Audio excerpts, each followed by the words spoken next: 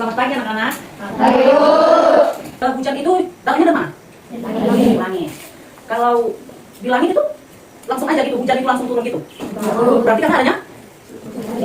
Di langit ada apa? Siklus air gitu, tetap di langit. Ada? Awan. Nah, jadi itu karena adanya siklus air kan? Jadi siapa di sini yang tahu apa itu siklus air? Apa itu siklus air? Iya.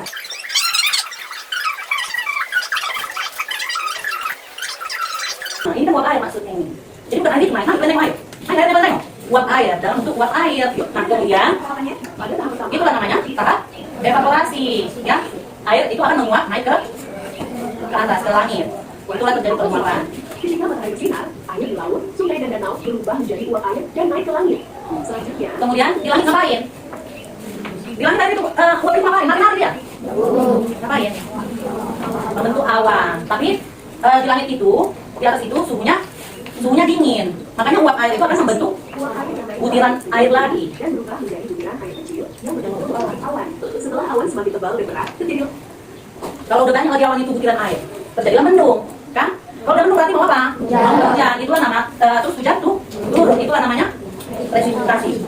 Oke? Kalau belum mengerti itu bisa ditanya. Ya, bisa kalau pas ibu menjelaskan kalian mau bertanya langsung aja nggak apa-apa. Ya? Biar jangan sempat lupa pertanyaannya. Tahap presipitasi. Butiran air di awan jatuh ke bumi sebagai hujan, meninggalkan tanah, tumbuhan, dan sungai. Kemudian hujan jatuh ke daratan, lautan, ke seluruh daerah, kan? Kemudian Setelah hujan turun, sebagian air meresap ke dalam tanah. air akan masuk ke dalam tanah. Itu namanya tahap evaporasi.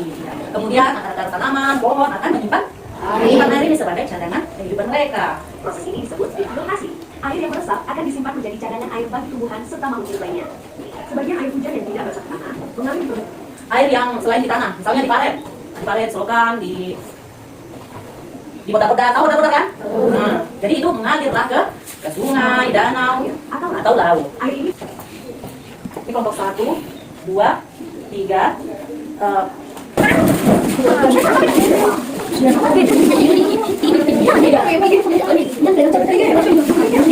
Perhatikan, jangan main-main.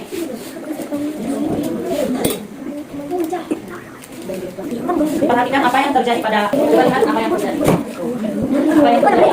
Adanya apa? Ada apa yang di gelasnya? Nah, adanya titik-titik air. Oke? Yang menandakan proses mengembun. Sebelum mengembun dia akan menguap karena airnya apa? Panas. Nah, jadi es ini gunanya untuk apa? Apa gunanya es itu? Mau bikin di situ? Sebagai apa? Apa guna es itu?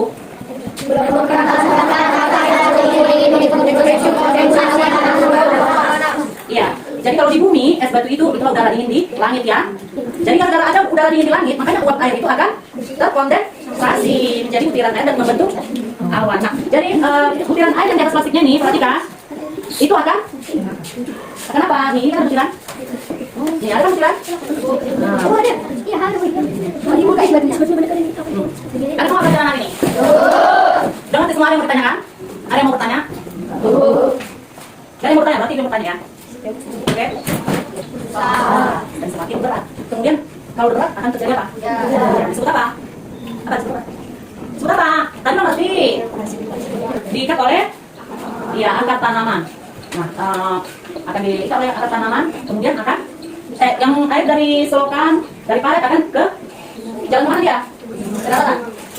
Kemana? Ke danau, ke sungai, dan ke laut. Oke? Ini apa jawabannya?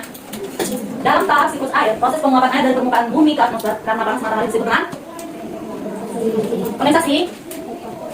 Naiknya air karena panasnya matahari. Coba kita tengok. Itu nggak evaporasi. Oh betul. Diingat ya. Oke. Kita lapor dulu lagi kita. Jadi mana yang belum paham? Dipelajari lagi atau ada yang mau tanya lagi? Ada yang mau tanya lagi? Gampangnya. Nanti kalau ada soal siklus air itu harus 100 ya. Harus semua tentang siklus air ya. Oke? Oke. Jadi sampai sini dulu pelajaran kita tentang siklus air dan upaya kita menjaganya. Jadi ingat ya, cara menjaga supaya tidak jadi banjir, tidak jadi longsor. Oke? Oke, sekian. Terima kasih untuk perhatian anak-anak semua.